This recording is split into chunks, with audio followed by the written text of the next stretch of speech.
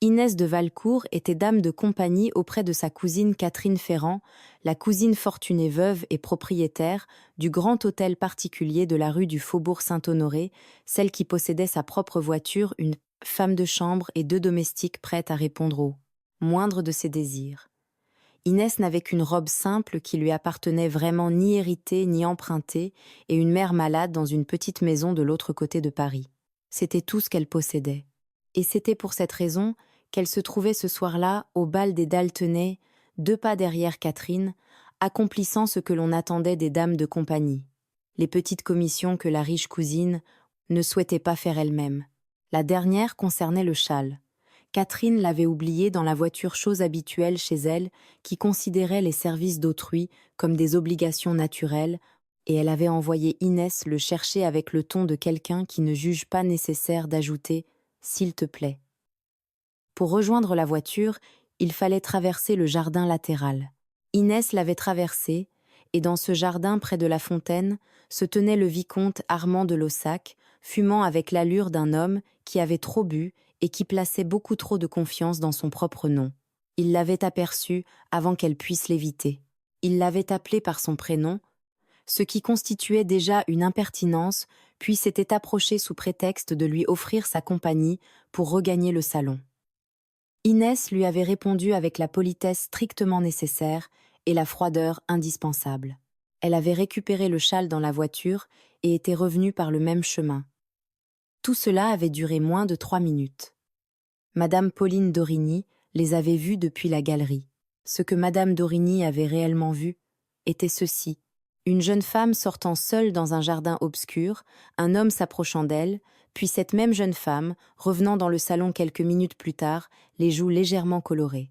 Ce qu'elle avait décidé de voir était tout autre chose. Et l'écart entre ces 2 versions, la vraie et celle qu'elle construisait, était exactement assez grand pour anéantir une jeune femme, sans dos sans nom, rétablie et sans personne pour la défendre. Une jeune femme de bonne famille, disait Madame d'Origny à voix basse, avec l'expression de quelqu'un qui regrette d'avoir à le dire, ne sort pas seule dans un jardin sombre, sans avoir une raison. Et quelle raison pourrait-elle avoir? Je ne dis rien. J'observe, voilà tout. J'observe, voilà tout, les 3 mots les plus dangereux dans un salon parisien de 1888. Avant de poursuivre, permettez-moi de vous remercier, cher auditeur, pour votre présence fidèle et affectueuse sur cette chaîne. Et si vous avez déjà vu une seule phrase ruiner la vie d'une femme, restez avec moi jusqu'au bout, car ce qui commença comme une rumeur dans un jardin obscur obligerait avant la fin de la saison mondaine tout Paris à regarder 2 fois la même femme. La rumeur circulait déjà dans 3 groupes différents lorsqu'Inès franchit de nouveau la porte du salon, le châle posé sur son bras. Elle rejoignit Catherine qui conversait avec mesdames de Ménard et lui tendit le châle sans un mot. Catherine le prit sans la regarder, sans la remercier, avec le geste minimal de quelqu'un qui reçoit ce qu'elle estime lui appartenir de droit, sans même reconnaître la main qui le lui remet. Et ce silence, ce minuscule silence, qui dura moins d'1 seconde, fut plus douloureux que tous les regards réunis. Non parce qu'il venait d'une étrangère, mais parce qu'il venait de la seule personne présente dans ce salon qui aurait pu prendre sa défense. Inès reprit sa place 2 pas derrière sa cousine, comme il convenait, et comprit, avec la clarté sèche des choses irréversibles, que Catherine avait fait son choix cette nuit-là. Si la rumeur prenait de l'ampleur, elle serait seule. Elle pensa à sa mère. Madame Madeleine de Valcourt avait de la fièvre depuis 3 semaines. Le médecin qu'elle pouvait payer venait tous les 15 jours et prononçait des paroles vagues qui ne rassuraient plus personne. La somme qu'il avait évoquée pour faire venir un spécialiste était impossible à réunir avec ce qu'Inès possédait. Si elle perdait sa place auprès de Catherine, et Catherine était une femme qui protégeait son nom avec la férocité de quelqu'un qui n'avait pas grand-chose d'autre à protéger, elle perdrait aussi leur toit, leur table, et toute possibilité de payer ce médecin. Ce n'était pas du mélodrame, seulement l'arithmétique de ce qui risquait de se produire dans les prochaines heures si personne n'arrêtait ce que Madame d'Origny avait mis en marche. C'est alors qu'elle remarqua que quelqu'un la regardait depuis l'autre côté du salon. Ce n'était pas le regard de ceux qui cherchent le scandale. Elle les connaissait déjà, ils venaient de biais avec un éclat oblique. Celui-ci était direct, immobile, sans empressement et sans excuse. Le regard d'un homme habitué à évaluer les situations sans se laisser déplacer par elles. Inès leva à peine les yeux. De l'autre côté du salon, près de l'une des arches donnant sur la galerie, se tenait un homme qui ne ressemblait pas au reste de l'assemblée comme un galet de rivière, ne ressemble pas à la porcelaine d'une vitrine. Ce n'était pas qu'il fût déplacé son habit, était irréprochable, son maintien ne laissait aucun doute. Pourtant, il semblait étranger aux efforts que tous les autres déployaient pour paraître à leur place. Il tenait une coupe à la main, avec l'indifférence de quelqu'un qui porte un objet qu'il n'a pas demandé, mais qu'il n'a pas non plus rendu. Lorsqu'elle découvrit qu'il l'observait, il ne détourna pas les yeux. Inès, elle détourna les siens. Elle avait des problèmes plus urgents à résoudre. Ce qu'elle ignorait, c'est qu'à l'autre bout du salon, cet homme venait d'entendre quelque chose qui allait changer le cours de la soirée. Alexandre de Montreval se trouvait au bal des D'Altenay depuis le temps qu'il jugeait minimalement acceptable, afin de ne pas offenser maître Philippe Delorme, son avocat depuis 15 ans. Il avait salué les personnes qu'il convenait de saluer, décliné poliment 2 conversations qui ne l'intéressaient pas, et s'était installé près de la galerie, une coupe à la main et l'esprit absorbé par un litige foncier qui demeurait sans solution. Il n'avait prévu de remarquer personne, mais il l'avait remarqué malgré lui, avant même de savoir pourquoi. Au début, elle n'était qu'une silhouette près de la colonne orientale, robe simple, pas mesurée, éventail fermé. Toutes les autres femmes s'en servaient avec ce mouvement calculé propre aux objets qui deviennent des armes de conversation. Elle le gardait immobile dans sa paume, comme si elle y avait oublié, comme si son esprit était occupé par quelque chose de plus important que ce salon. Alexandre connaissait l'effet que produisait sa présence, les pères qui s'approchaient, les sourires, qui changeaient de qualité, les regards qui s'orientaient vers lui avec la précision d'une boussole dès qu'il entrait dans une pièce. Cette femme était passée 2 fois, à moins de 2 mètres de lui, sans poser les yeux sur lui, non par calcul, mais parce que son esprit se trouvait véritablement ailleurs et qu'il ne faisait pas partie de cet ailleurs. Ce fut précisément cela, pour des raisons qu'il ne prit pas le temps d'analyser, qui l'empêcha de cesser de la suivre du regard. Alors Marc se pencha vers lui et lui rapporta à voix très basse ce que Madame d'Origny tissait au centre du salon. Le nom de famille arriva à la fin presque par hasard. « Valcourt », répéta Alexandre. « Oui, monsieur le duc. » La fille de monsieur Aurélien de Valcourt. Marc était le genre de secrétaire qui n'avait pas besoin de quitter son cabinet pour savoir ce qui se passait dans tout Paris. Depuis 12 ans, il organisait les audiences du duché, recevait les intendants, coordonnait les relations avec les maisons de commerce et les familles influentes. Dans ce flot constant de visiteurs et de messages, les informations lui parvenaient d'elles-mêmes, sans que personne les lui livre volontairement et sans que personne imagine qu'elles puissent avoir de l'importance. Alexandre connaissait ce nom. Il le connaissait bien. Environ 10 ans plus tôt, lors d'une réunion à la chambre de commerce où l'on examinait une affaire foncière touchant plusieurs familles importantes, dont la sienne, tous les hommes présents avaient dit ce qu'il leur convenait de dire. Tous, sauf un. Monsieur Aurélien de Valcourt avait demandé la parole à la fin. Il avait regardé autour de lui avant de parler, puis avait parlé malgré tout. Il avait dit la vérité alors même que cette vérité gênait les hommes les plus puissants de la salle. Alexandre, qui avait alors 23 ans et venait de prendre la direction du duché, n'avait jamais eu l'occasion de l'en remercier. Aurélien était mort 3 ans plus tard, laissant sa famille sans ressources. Alexandre connaissait également le vicomte Armand de Laussac. Il le connaissait avec cette lucidité désagréable que l'on possède à l'égard des hommes qui sourient trop vite et doivent trop d'argent à trop de monde. Il en avait assez entendu à son sujet lors des réunions de la chambre de commerce pour savoir que sa confiance dans son propre nom constituait son seul véritable capital et que ce capital se dépensait plus vite qu'il ne se renouvelait.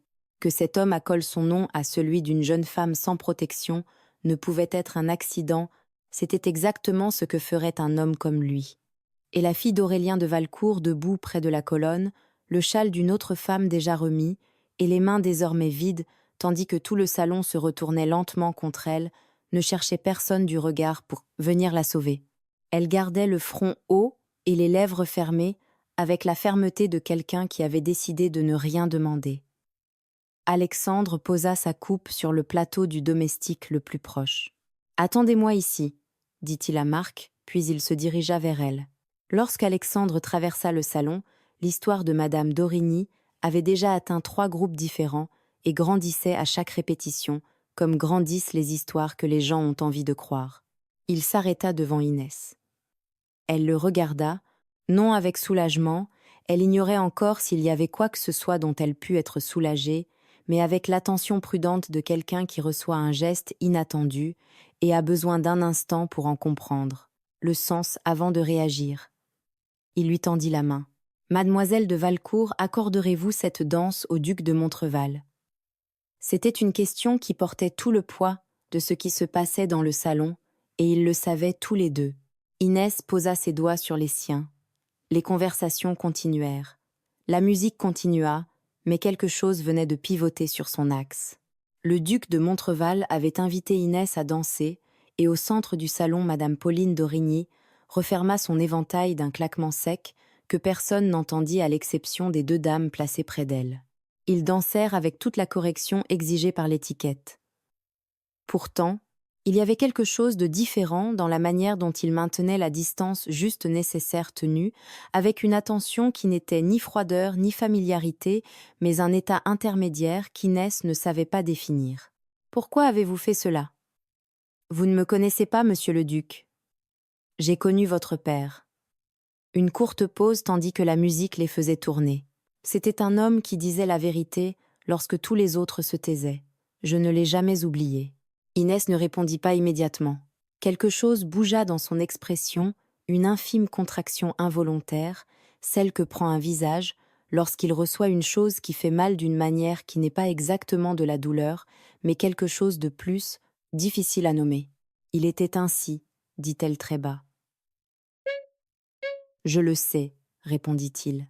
« Merci. » dit-elle rien de plus, mais ce mot portait tout ce qui se trouvait derrière lui, sa mère malade, sa place auprès de Catherine. Les années passées à prendre seule soin de ce qu'elle n'aurait jamais dû avoir à porter seule. La musique remplit l'espace laissé entre leurs paroles, et ils continuèrent à danser. Dans le silence qui suivit, devenu plus chaud, habité par quelque chose qui n'était pas là au début, Inès remarqua des détails qu'elle n'avait pas encore enregistrés, la façon dont sa main reposait dans son dos ferme, sans être pesante. Le ton de sa voix, lorsqu'il avait dit « je le sais », sans condescendance, sans l'accent de celui qui accorde une faveur, mais comme quelqu'un qui énonce une vérité qu'il connaît depuis longtemps. À la fin de la danse, ses doigts demeurèrent sur les siens un instant de plus que ne l'exigeait le protocole. Un seul instant. Mais Inès le nota avec cette précision que l'on réserve aux petites choses dont le poids dépasse démesurément la taille. En regagnant sa place, le front toujours aussi haut, mais avec à l'intérieur quelque chose de différent qui commençait à se déplacer, sans avoir encore de nom, elle comprit que les murmures autour d'elle avaient changé de direction. On ne parlait plus du vicomte de Laussac, on parlait du duc, personne ne regardait Catherine à ce moment-là. Aussi personne ne vit ce qui traversa son visage lorsque le duc reconduisit Inès jusqu'à sa place avec toute la formalité requise, et au moment de lâcher sa main cet instant supplémentaire que l'étiquette ne demandait pas. Catherine, elle le vit. Elle observa l'expression qu'il avait eue en dansant avec sa dame de compagnie, une expression qu'il n'avait montrée dans aucune des deux conversations qu'elle était parvenue à avoir avec lui au cours de la blette. Saison, ce n'était pas de l'admiration. C'était pire, une attention véritable. Cette même nuit de retour dans son cabinet, Alexandre ne travailla pas. Il resta devant le dossier foncier qui demeurait irrésolu depuis des mois, les documents ouverts et l'esprit ailleurs. Il essaya 3 fois. À chacune, il atteignit le 2e paragraphe de la première lettre avant de s'arrêter. Ce qu'il ne savait pas où ranger était ceci: il avait déjà décidé de traverser le salon avant que Marc lui révèle son nom. La décision était prise alors qu'elle n'était encore qu'une silhouette en robe simple près d'une colonne, l'esprit ailleurs et les yeux qui ne le cherchaient pas. Le patronyme lui avait fourni une raison, mais cette raison était venue après l'impulsion, et Alexandre de Montreval n'agissait jamais sous le coup d'une impulsion. Le plus troublant restait l'instant vers la fin de la danse où la géométrie capricieuse des pas les avait rapprochés davantage que le rythme ne l'exigeait et où il n'avait pas corrigé la distance. Il s'en était rendu compte et avait continué à danser, malgré tout en pleine conscience, pendant 3 mesures. 3 mesures. Il les avait comptées.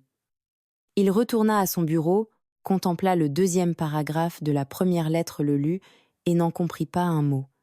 Puis il resta à regarder la pluie sur les pavés jusqu'à l'extinction des réverbères. Pendant ce temps, de l'autre côté de Paris, la voiture des Daltonais roulait dans le silence. Catherine était montée la première avec l'empressement de quelqu'un qui ne veut laisser personne voir ce qu'elle porte sur le visage. Inès était montée après elle et s'était installée sur la banquette opposée comme il convenait. Le duc de Montreval est un homme fort attentionné, dit Catherine, sans quitter la vitre des yeux. Il l'a toujours été envers les personnes qui ont besoin de son aide. Une pause calculée. C'est une manière très élégante de sortir d'une situation embarrassante, n'est-ce pas, une danse.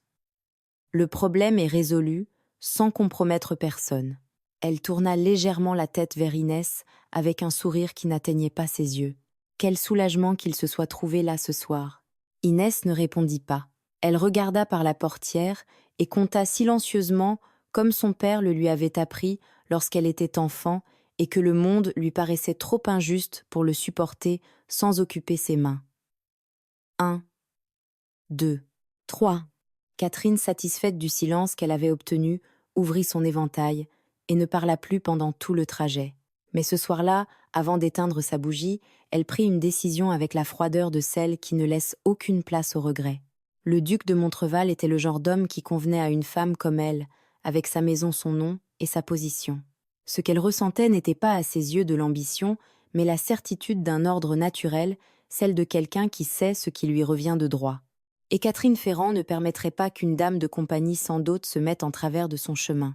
Dès le lendemain matin, elle alla trouver madame Pauline d'Origny avant que la rumeur de la veille n'ait eu le temps de refroidir.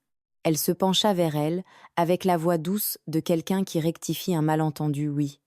Inès était sortie seule, dans le jardin. Oui, le châle n'était qu'un prétexte. Elle-même se demandait depuis plusieurs jours ce qu'elle devait faire. Elle ne parla pas avec une malveillance visible. Elle prit l'expression d'une cousine inquiète, qui avait enfin trouvé le courage de parler. C'était précisément ce qui rendait ses paroles si difficiles à démentir. Et elle ne s'arrêta pas là. Dans les jours qui suivirent, sans accomplir un seul acte que l'on put ouvertement lui reprocher, Catherine mit peu à peu les choses en ordre à son avantage. Pourtant, tout commença à se déplacer jusqu'à l'un de ces après-midi où la maison semblait plus silencieuse que d'ordinaire et où Catherine était sortie faire des visites. Inès fut envoyée au cabinet de lecture de maître Philippe pour rendre les livres de sa cousine. Elle ignorait qu'elle n'y serait pas seule. Au cours des jours précédents, Alexandre s'était surpris plus d'une fois à penser à elle, à la façon dont elle avait parlé de son père, à la fermeté avec laquelle elle avait soutenu son regard avant de détourner les yeux, à ce mélange singulier de retenue et de dignité qui ne ressemblait à aucune des femmes venues habituellement vers lui. Ce fut Marc, avec une apparente absence d'intention, mentionna que mademoiselle de Valcourt rapportait généralement les livres de Catherine le jeudi après-midi. Alexandre ne répondit pas, mais ce jeudi-là, il arriva au cabinet de lecture de maître Philippe avant l'heure où, selon Marc, elle avait coutume de passer. Il appela cela le hasard, bien qu'il eût choisi le fauteuil près de la fenêtre, le seul d'où l'on pouvait voir la porte d'entrée, sans donner l'impression de la surveiller. Ce qu'il ne pouvait appeler coïncidence fut ce qui se produisit lorsqu'elle entra. Inès franchit le seuil avec 2 volumes sous le bras. Elle le vit et ne s'arrêta pas. Mais il y eut un instant à peine, un instant où son pas perdit sa précision, comme si son corps avait dû se rappeler comment continuer. Puis elle avança, remit les livres au domestique qui surveillait la salle. « Mademoiselle de Valcourt », dit-il avec la courtoisie exacte qu'exigeait le lieu. « Monsieur le duc », répondit-elle. Elle allait repartir lorsque le titre posé sur la table de lecture arrêta son mouvement. C'était une édition des Maximes d'État de Richelieu, un livre qu'elle ne s'attendait pas à trouver entre les mains de quelqu'un d'autre que son père. Alexandre suivit la direction de son regard. « Vous le connaissez ?» demanda-t-il. Inès prit un moment avant de répondre. Mon père le lisait. Une brève pause. Il disait toujours que c'était l'un des rares livres qui enseignaient à gouverner sans exiger que l'on abandonne sa conscience. Alexandre ne répondit pas immédiatement. « Je m'en souviens », dit-il enfin. C'était un homme qui prenait au sérieux ce qu'il lisait. Ce n'était pas une question, mais une reconnaissance. Inès la reçut comme telle avec ce geste infime par lequel on confirme une chose sans éprouver le besoin de l'élargir. « Oui », dit-elle doucement. Ils parlèrent pendant 20 minutes du livre, se demandant si l'honnêteté en politique était une vertu ou seulement une forme plus coûteuse de l'ambition. Inès avait des opinions arrêtées et ne les déguisait pas sous forme de questions. Elle les exprimait avec la même simplicité, directe qu'elle mettait dans tout, et lorsqu'elle n'était pas d'accord avec lui, elle le contredisait, sans élever la voix et sans s'excuser. Alexandre ne se souvenait pas de la dernière fois où quelqu'un l'avait contredit sans demander pardon. À un moment, lorsqu'ils voulurent tous deux saisir le volume afin qu'elle lui montre un passage, leurs mains se rencontrèrent sur le dos du livre. Aucun des deux ne l'avait voulu. Elle retira lentement la sienne sans faire de commentaire, et il ne dit rien, mais pendant les minutes suivantes, il garda les yeux sur la page un peu plus longtemps que nécessaire, tandis qu'elle maintenait les bras légèrement plus près du corps. Lorsqu'elle prit congé et sortit, Alexandre resta les yeux fixés sur la porte refermée. Puis, il regarda le livre posé sur la table. Cette nuit-là, il le relut depuis le commencement, mais pas à cause du livre. Ainsi passèrent les semaines dans cette accumulation silencieuse de choses que l'on ne dit pas et qui pourtant finissent par occuper de l'espace. La rencontre au cabinet de lecture cessa d'être une coïncidence sans qu'aucun d'eux le nommât. Les jeudis commencèrent à revenir avec une régularité qui ne devait plus rien au hasard. Parfois ils parlaient, parfois ils ne faisaient que partager le même silence.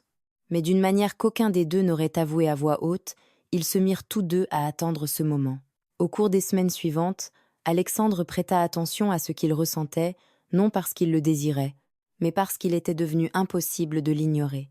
Il pensait à elle, non d'une façon spectaculaire, mais dans ces instants où son esprit aurait dû être occupé ailleurs, au milieu d'une réunion, en parcourant sa correspondance, en entendant un nom qui n'était pas le sien, mais le conduisait inévitablement jusqu'à elle. Pendant quelques jours, il n'y accorda pas d'importance jusqu'à cet après-midi au cabinet de lecture, tandis qu'elle parlait avec cette tranquillité qui ne demandait aucune permission, il comprit quelque chose qu'il n'aimait pas reconnaître. Ce qui se passait n'était pas inoffensif, du moins pas pour elle.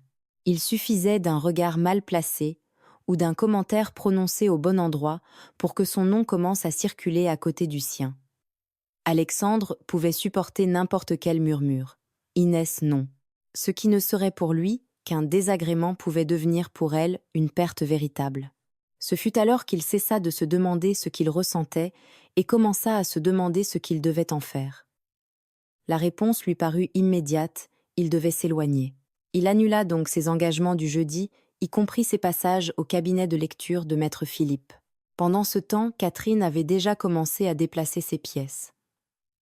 Depuis la nuit du bal, Catherine Ferrand agissait avec la patience de quelqu'un qui joue une longue partie et sait que les mouvements visibles ne sont pas ceux qui décident du résultat. Lors du salon du mardi suivant, elle avait invité le duc avec un naturel qui ne laissait paraître aucun calcul. Elle s'était assise à l'endroit où la lumière lui était la plus favorable et avait évoqué avec élégance de lointains liens unissant sa famille à des propriétés situées dans le domaine de Montreval. Des liens presque inexistants mais prononcés avec l'assurance de quelqu'un qui les juge importants. Le duc n'avait été que courtois, rien de plus que courtois. Catherine l'avait noté sans rien laisser paraître et l'avait interprété comme de la prudence d'un homme qui mesurait chacun de ses gestes, ce qui signifiait qu'il restait encore du temps. Catherine n'était pas demeurée inactive. Après le bal, elle avait compris que ses sourires ne suffiraient pas à retenir l'attention d'Alexandre parce que cette attention, lorsqu'il l'accordait, ne se posait pas sur elle. Alors, avec l'écriture élégante de quelqu'un qui croit diriger sa propre vie, elle rédigea une lettre à son amie d'enfance, Béatrice de Villiers, établie à Lyon. Par des mots soigneusement choisis, elle lui suggéra que Paris était magnifique au mois de mai et que le duc de Montreval, homme d'un rang et d'une fortune irréprochable, semblait enfin prêt à envisager une union digne de son nom. Catherine ne cherchait pas une alliée. Elle cherchait un bouclier qui écarterait Inès de son chemin. À ce stade, Catherine savait déjà quelque chose de plus humiliant qu'une défaite Alexandre ne serait jamais à elle. Et précisément pour cette raison, elle n'entendait pas permettre qu'il fût à Inès. Si elle-même ne pouvait occuper cette place, une cousine sans nom rétabli et sans dos l'occuperait encore moins. Elle choisit un mercredi après-midi pour employer son arme la plus tranchante. Inès était épuisée. Elle avait veillé sa mère toute la nuit et la fatigue rend les personnes plus vulnérables. Elles brodaient ensemble dans le petit salon. La lumière entrait en bandes obliques sur le tapis. C'était une scène domestique et paisible de celles qui ne paraissent jamais dangereuses. Inès, dit Catherine, avec la voix de quelqu'un qui commence une conversation pénible qu'elle préférerait ne pas avoir. Il y a une chose dont je dois te parler, en tant que cousine et en tant que personne responsable de cette maison. Inès leva les yeux de sa broderie. Les gens parlent, poursuivit Catherine en baissant la voix avec le ton de quelqu'un qui partage une inquiétude intime. Tu le sais déjà.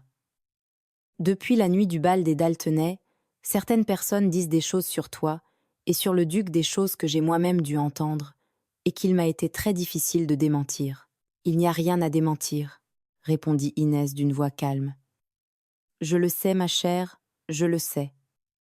Catherine leva une main comme si elle arrêtait une accusation que personne n'avait formulée. Cela me brise le cœur d'être celle qui doit t'ouvrir les yeux, dit-elle d'une voix rendue tremblante par une fausse émotion. Paris est cruel. On prétend déjà que le duc ne te cherche que pour ses distractions nocturnes. Le fil vert demeura immobile entre les doigts d'Inès.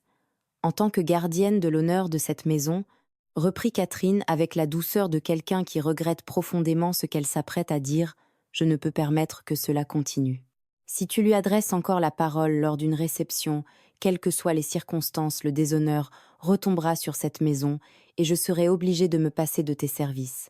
Non par méchanceté, mais par devoir. J'en suis désolée. Un silence suivit. Catherine retourna à sa broderie avec une expression sereine, comme si elle venait de communiquer une décision purement administrative. Et sans ta place ici, ajouta-t-elle presque distraitement sans lever les yeux, j'imagine que le docteur Hébert et ses honoraires deviendront une complication difficile à résoudre pour ta mère. Voilà. Sans ornement à la fin. Tout ce qui précédait n'avait été que décoration. La menace réelle venait d'être livrée avec la même voix tranquille que l'on utilise pour commenter le temps. Inès ne releva pas immédiatement la tête. Pendant une seconde, une seule, elle parut avoir oublié comment reprendre le point de broderie qu'elle était en train de faire. Puis elle respira. « Il n'y a rien qui doive se reproduire », dit-elle à voix basse. Et comme si cette phrase ne suffisait pas à tout changer, elle ajouta avec sa voix habituelle « As-tu besoin de davantage de fil vert ? Je crois que tu arrives au bout. Oui, merci. » Cette nuit-là, Inès prit une décision devant le miroir de la coiffeuse, non avec théâtralité, mais avec la lucidité sèche de quelqu'un qui ne gaspille pas son énergie, à souhaiter que la situation fût différente et travaille avec ce qu'elle est. Réellement, la situation était la suivante: un homme qui avait besoin de ce qu'elle ne possédait pas lui accordait une attention qui pouvait signifier beaucoup de choses dont un simple élan passager. Il fallait s'éloigner poliment sans explication. C'était la solution la plus raisonnable. C'était aussi dans l'endroit où elle gardait les choses qu'elle ne disait à personne ce qui ressemblait le plus à un renoncement depuis longtemps. Elle souffla la bougie. Dans l'obscurité de sa chambre, la respiration de sa mère lui parvenant de l'autre côté du mur, elle s'accorda une seule minute pour sentir le poids de ce qu'elle venait de décider. Une seule minute. Puis elle se retourna et ferma les yeux. Sans le savoir, chacun de son côté, ils avaient pris exactement la même décision. Dans les jours qui suivirent, rien ne se produisit de manière visible. Un lundi matin, une lettre de l'intendant du domaine de Montreval arriva au palais ducal. Elle indiquait que la famille de Villiers-Lavardin avait demandé si le duc accepterait de recevoir leur fille aînée. Vieille lignée fortune, solide choix, irréprochable, exactement ce dont il avait besoin, et surtout ce qui ferait le moins de mal. Non pas à lui. À elle. Il dicta à Marc une réponse acceptant la visite. Le bal des Villeneuve était le dernier grand événement de la saison avant que la chaleur de juin ne vide les salons parisiens. Inès y accompagna Catherine dans sa robe simple habituelle, avec la détermination de quelqu'un qui a pris une décision et a dormi avec elle assez longtemps pour qu'elle ne fasse plus aussi mal. Du moins le croyait-elle. Alexandre arriva tard. Inès le sut avant même de le voir, grâce à ce changement subtil dans la disposition des personnes qui se produit lorsqu'un homme important entre dans une salle, une légère réorientation des corps, comme lorsque le vent tourne et que toutes les voiles d'un port reçoivent le changement au même instant.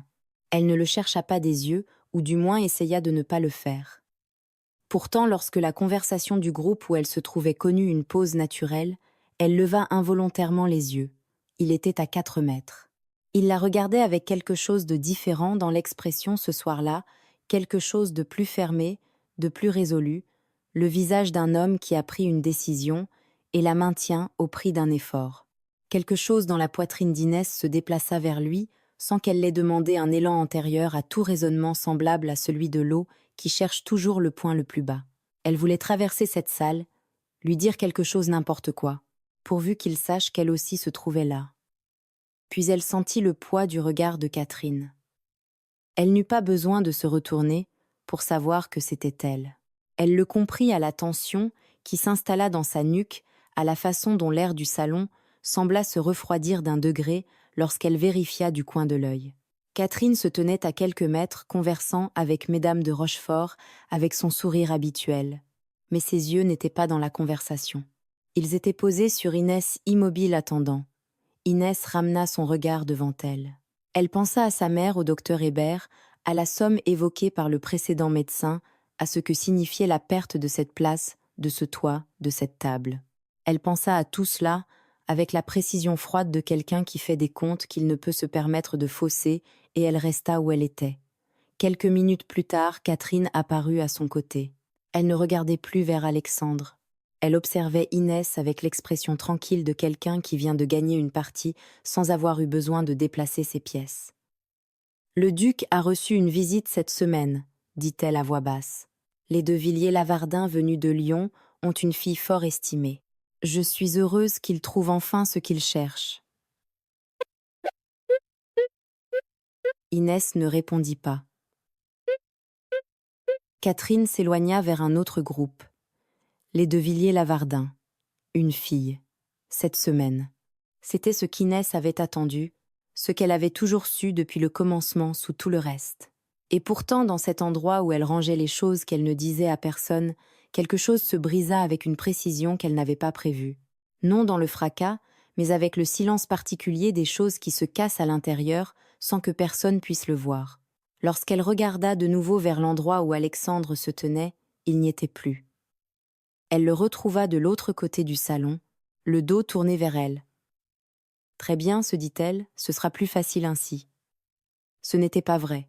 Elle passa le reste du bal à être exactement ce qu'elle s'était promis d'être, correcte, aimable, invisible. Et si au moment de monter dans la voiture, elle dut respirer lentement et compter jusqu'à 3 comme son père le lui avait appris lorsqu'elle était petite, et que le monde lui paraissait trop vaste, elle le fit en silence, le visage tourné vers la vitre. Ce qu'elle pensa, avec la lucidité froide et douloureuse des choses qui ne peuvent plus être défaites, fut qu'il était temps de quitter Paris. L'état de Madame Madeleine se chargea de compliquer cette décision. La fièvre de sa mère monta 4 jours plus tard. Cette fois, elle était différente. Ce n'était pas la hausse et la baisse habituelles, mais une fièvre qui s'installa et refusa de céder. Le médecin dit avec une franchise qu'Inès apprécia, malgré la difficulté à l'entendre, que les soins du docteur ordinaire ne suffisaient plus. « Combien demande le spécialiste ?» demanda Inès. Le médecin lui donna la somme. Inès la retint en silence, le raccompagna jusqu'à la porte et retourna dans la chambre de sa mère. Elle s'assit sur la chaise près du lit et contempla un long moment le visage endormi de Madame Madeleine, qui conservait encore cette ligne ferme qu'Inès avait héritée d'elle, tout en faisant les calculs dont elle connaissait déjà le résultat. Impossible. Le même après-midi, elle écrirait à une cousine de sa mère, installée à Orléans. Il existait là, bas, une faible possibilité d'obtenir une place de gouvernante avec un salaire fixe supérieur à ce qu'elle pourrait réunir à Paris. Loin de Paris, loin de Catherine et de tout ce qu'elle avait appris à aimer sans permission. Pendant ce temps, Alexandre se contraignait à maintenir sa décision avec toute la discipline dont il était capable. Mais s'éloigner d'Inès ne signifiait pas devenir indifférent à ce qu'il connaissait de sa vie. Lorsqu'il apprit que la fièvre de Madame Madeleine s'était aggravée, il comprit que la distance cessait d'être de la prudence dès lors qu'elle l'obligeait à ne rien faire. Inès était en train d'écrire sa lettre lorsqu'un messager arriva. L'enveloppe contenait une courte note sans signature. « Le docteur Hébert vous rendra visite demain à 10 heures. Ses honoraires ont été réglés. » Inès lut la note 2 fois. Elle rappela le messager. « De la part de qui ? Je n'ai pas reçu l'autorisation de vous le dire, mademoiselle. » Elle le laissa repartir. Une seule personne connaissait l'état de sa mère. Une seule possédait les moyens nécessaires, cette forme de discrétion qui ne laisse aucune trace, et une raison d'agir sans rien demander en retour. Et cette personne, d'après Catherine, recevait les de Villiers-Lavardin venus de Lyon. Inès rangea la note dans le tiroir du secrétaire au-dessus de sa lettre inachevée pour Orléans, puis alla s'asseoir auprès de sa mère. « Je suis ici, dit-elle tout bas. Je suis toujours là. » Le docteur Hébert arriva à 10 heures, examina Madame Madeleine avec l'attention de quelqu'un qui sait ce qu'il cherche et ressortit avec un diagnostic précis et un véritable traitement. Lorsqu'Inès lui demanda qui elle devait remercier pour les honoraires, le médecin sourit. « La personne concernée ?» répondit-il. Inès retourna au secrétaire, sortit la lettre pour Orléans et l'acheva. Ce n'était pas de l'ingratitude. C'était la seule façon d'avoir quelque chose qui lui appartint et ne dépendit pas de gestes anonymes qu'elle ne pouvait ni comprendre ni rendre la seule façon de quitter Paris avec la même dignité qu'elle avait mise à Y. Vivre. La réponse d'Orléans arriva moins d'une semaine plus tard. Elle était favorable. C'est alors qu'Alexandre apprit qu'Inès partirait avant la fin du mois, dès que sa mère serait en état de voyager. Lorsqu'il se retrouva seul, il comprit que ce qu'il ressentait n'était pas un problème abstrait. Elle allait partir. C'était aussi ce qu'il avait décidé, n'est-ce pas, les de Villiers-Lavardin étaient venus puis repartis. Une visite convenable, une jeune femme convenable, une conversation qui n'avait laissé aucune trace. Le nom dans la lettre n'avait été qu'un nom, rien de plus. Il se leva, alla jusqu'à la fenêtre, regarda la rue et reconnut la vérité avec l'honnêteté brutale des hommes qui se connaissent bien. Depuis des semaines, il se persuadait que la solution raisonnable était de s'éloigner. Et au moment où elle prenait la même décision, la première chose qu'il ressentait n'était pas du soulagement, mais la compréhension soudaine et glaciale qu'il avait confondu la prudence avec la lâcheté et que la différence, entre les deux, allait lui coûter quelque chose qu'il ne pourrait jamais, que récupérer. Il réfléchit pendant 4 jours. Le 5e, il sut qu'il avait terminé de réfléchir. C'était un vendredi.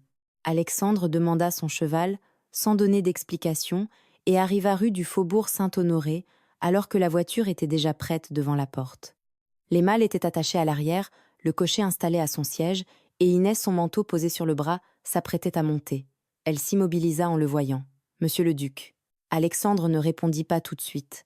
Il descendit de cheval sans attendre qu'on l'aide le souffle encore marqué par la hâte et avança vers elle avec une détermination qui n'avait plus rien de calculé. Ne partez pas. Ce n'était ni un ordre, ni une supplication, mais une irruption. Inès soutint son regard sans bouger. C'est ce qu'il convient de faire. Un domestique passa derrière elle avec le dernier paquet. La voiture attendait. Non, répondit-il. C'est ce qui semblait le plus facile à accepter. Un bref silence tendu, contenu. Depuis des semaines, je fais exactement cela, j'accepte ce qui paraît sensé, ce qui paraît correct, ce qui évite les difficultés. Une pause minime. Et cela n'a pas fonctionné. Inès l'observa attentivement comme si elle mesurait non ses paroles, mais ce qui se trouvait derrière elle. « J'ai commis des erreurs, » reprit Alexandre. « J'ai décidé de m'éloigner avant même de savoir s'il existait quelque chose dont je devais m'éloigner.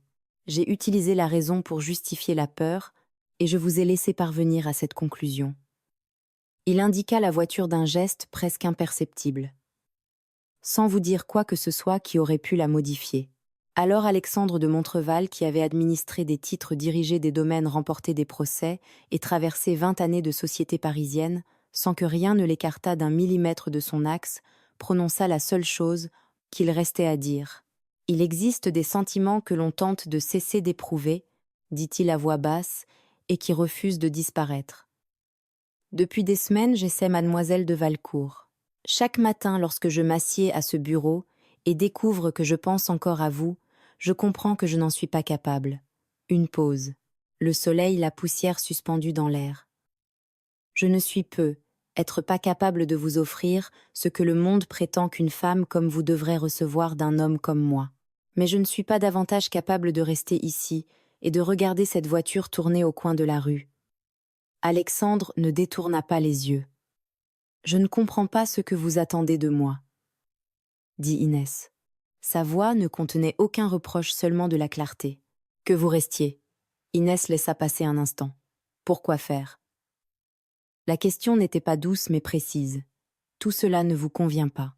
L'air changea entre eux. Inès baissa les yeux une seconde. Les de Villiers-Lavardin, eux, vous conviennent.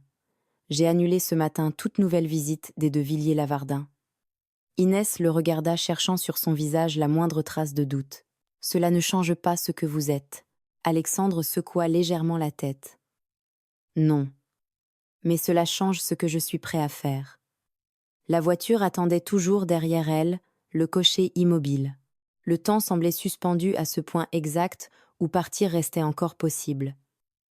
Alexandre fit un pas de plus, sans s'arrêter cette fois pour en calculer la distance. Vous n'avez pas besoin de réfléchir davantage, dit-il, avec une tranquillité qui ne laissait aucune place à l'hésitation. Moi, je l'ai déjà fait. Une pause. Je ne vous veux pas ici pour vous voir de temps à autre. Je ne veux pas vous courtiser pendant que je décide d'une autre vie. Il la regarda sans baisser la voix. Je vous veux à mes côtés. L'air entre eux changea définitivement. Et si vous restez, ajouta-t-il, ce ne sera pas dans cette maison. Ce sera avec moi. Silence. Inès ne détourna pas les yeux. Quelque chose de nouveau apparut dans son expression, non pas du doute, ni de la peur, mais quelque chose de plus difficile à soutenir. « Je n'ai rien à vous offrir », dit-elle non comme une excuse, mais comme un fait.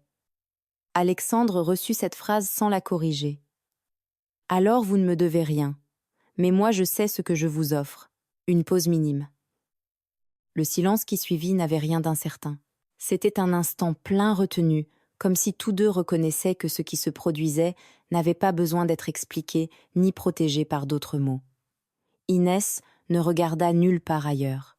Ses yeux se posèrent sur la main qu'il lui tendait avec la même fermeté que lors de cette première danse, non plus comme un geste de courtoisie, mais comme quelque chose qui impliquait la permanence. En relevant les yeux, elle comprit qu'il n'y avait en lui aucune trace de doute ni de calcul, seulement une décision prise avec la lucidité de quelqu'un qui en avait déjà accepté toutes les conséquences. Elle s'approcha alors sans hâte et sans hésitation, puis posa sa main dans la sienne avec une sérénité qui ne demandait aucune permission et n'offrait aucune explication. Alexandre referma ses doigts autour des siens et, sans quitter son visage des yeux, inclina légèrement la tête avant de porter sa main à ses lèvres. Il s'arrêta juste assez longtemps pour que le geste cesse d'être formel et devienne définitif. Lorsqu'il se redressa, son regard demeura fixé dans le sien, non comme celui d'un homme qui cherche une réponse, mais comme celui d'un homme qui sait l'avoir déjà reçue. « Avec votre permission, dit-il alors d'une voix calme qui n'admettait aucune objection, je souhaiterais parler à votre mère. » Inès soutint son regard une seconde de plus, et dans ce bref geste sans parole, il y eut un accord, une acceptation, et quelque chose de plus difficile à nommer quelque chose qui n'appartenait ni à l'instant ni au lieu, mais à ce qui commençait à se construire à partir de là. Elle acquiesça, et cette fois, rien ne resta en suspens entre eux. Madame Madeleine de Valcourt reçut le duc de Montreval assise dans le fauteuil près de la fenêtre, un châle sur les genoux, et cette expression propre aux femmes qui ont suffisamment vu le monde pour ne plus se laisser impressionner par les titres. Elle l'écouta sans l'interrompre avec l'attention sereine de quelqu'un qui ne se laisse pas distraire par les formes lorsque l'essentiel se trouve au fond. Lorsqu'il eut terminé, elle garda le silence, un silence ferme, appartenant à une femme qui n'avait besoin de consulter personne parce qu'elle avait passé sa vie entière à répondre elle-même à ces questions. « Ma fille, dit-elle enfin, n'est pas une femme facile à mériter, monsieur le duc. Je le sais, madame. » Madeleine acquiesça lentement avec une dignité tranquille qui ne concédait rien mais reconnaissait. « Alors vous avez ma bénédiction. » Pendant des semaines, tout Paris parla du mariage, non en raison de son luxe, mais pour ce qu'il signifiait. Chacun se souvenait de la nuit où une jeune femme dépourvue de nom et de protection était restée seule au milieu d'un salon et de la façon dont ce même salon avait dû la voir le traverser quelques mois plus tard. La tête haute, sans rien devoir à personne. Le palais de Montreval changea non dans son architecture, mais dans ce qui se passait entre ses murs. Ses portes commencèrent à s'ouvrir à ceux qui n'avaient jamais été reçus femmes sans soutien, famille réduite au silence histoire qui ne trouvait aucune place ailleurs. Inès ne faisait pas de déclaration, elle résolvait les problèmes. Avec le temps, Paris cessa de parler d'elle comme de la jeune femme du scandale. On commença à l'appeler parce qu'elle était devenue la duchesse. Ils eurent des enfants, et dans cette maison, le nom de Montreval ne se maintint pas seulement grâce à l'héritage, mais grâce à l'usage que l'on en faisait. Quant à Catherine Ferrand, elle demeura seule et continua pourtant à faire la seule chose qu'elle savait faire, répandre son venin dans les salons de Paris, d'une conversation à l'autre, d'un sourire à l'autre, avec cette habileté à blesser, sans jamais élever la voix. Mais il existait désormais une personne qu'elle ne pouvait plus atteindre, plus la cousine pauvre et sans dos, plus la jeune femme qu'elle avait autrefois essayé de réduire à une rumeur, car cette cousine même, celle qui arrivait au bal 2 pas derrière elle dans une robe simple que personne ne regardait, était devenue la duchesse de Montreval. Et non pas une duchesse tolérée, une figure correcte ou un titre vide, une duchesse aimée.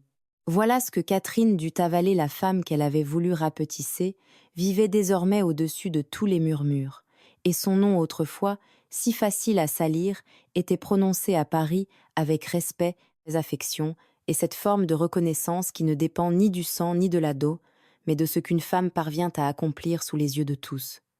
Catherine continua à entrer dans les mêmes salons, mais ce n'était plus elle qui déterminait le poids d'une conversation. Désormais, elle devait écouter en silence les autres parler de la duchesse avec une admiration qu'elle ne pouvait ni corriger, ni détourner, ni détruire. Et cela davantage que n'importe quel scandale, davantage que tout refus ou toute défaite visible fut ce qui la laissa véritablement seule. Madame Madeleine vécut assez longtemps pour connaître ses 3 petits-enfants. Pour Inès, c'était déjà plus qu'elle n'avait jamais demandé. Tout le reste arriva lentement, comme arrivent les choses destinées à durer sans annonce et sans fracas. Un fils hérita de son front à elle et de l'entêtement de son père. Une fille observait tout avant de parler, et lorsqu'elle parlait, disait exactement ce qu'elle pensait, sans détour, ce qui faisait rire Alexandre, d'une manière qu'Inès ne lui avait vue qu'avec elle. Et le plus jeune apprit à lire assis sur ses genoux, tandis qu'elle parcourait la correspondance du duché, absorbant les lettres par simple proximité, comme si le savoir pouvait se transmettre ainsi d'un corps à l'autre, sans que personne eût besoin de l'enseigner.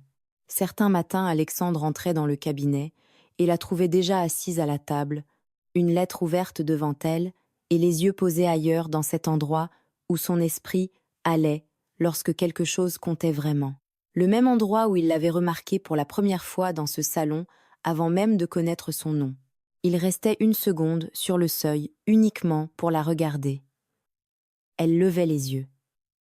Et dans cette seconde existait quelque chose qui n'était destiné à personne d'autre. Ce ne fut pas une vie sans difficulté. Il y eut des désaccords, en de longues nuits, tout ce qui s'accumule lorsque 2 personnes fortes partagent le même espace et qu'aucune n'a l'habitude de céder sans raison.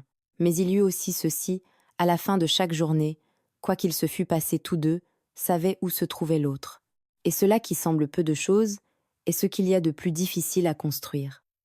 Inès de Valcourt, qui était entrée dans les salons parisiens, 2 pas derrière une autre femme, vêtue d'une robe simple, et l'esprit ailleurs, devint la duchesse de Montreval.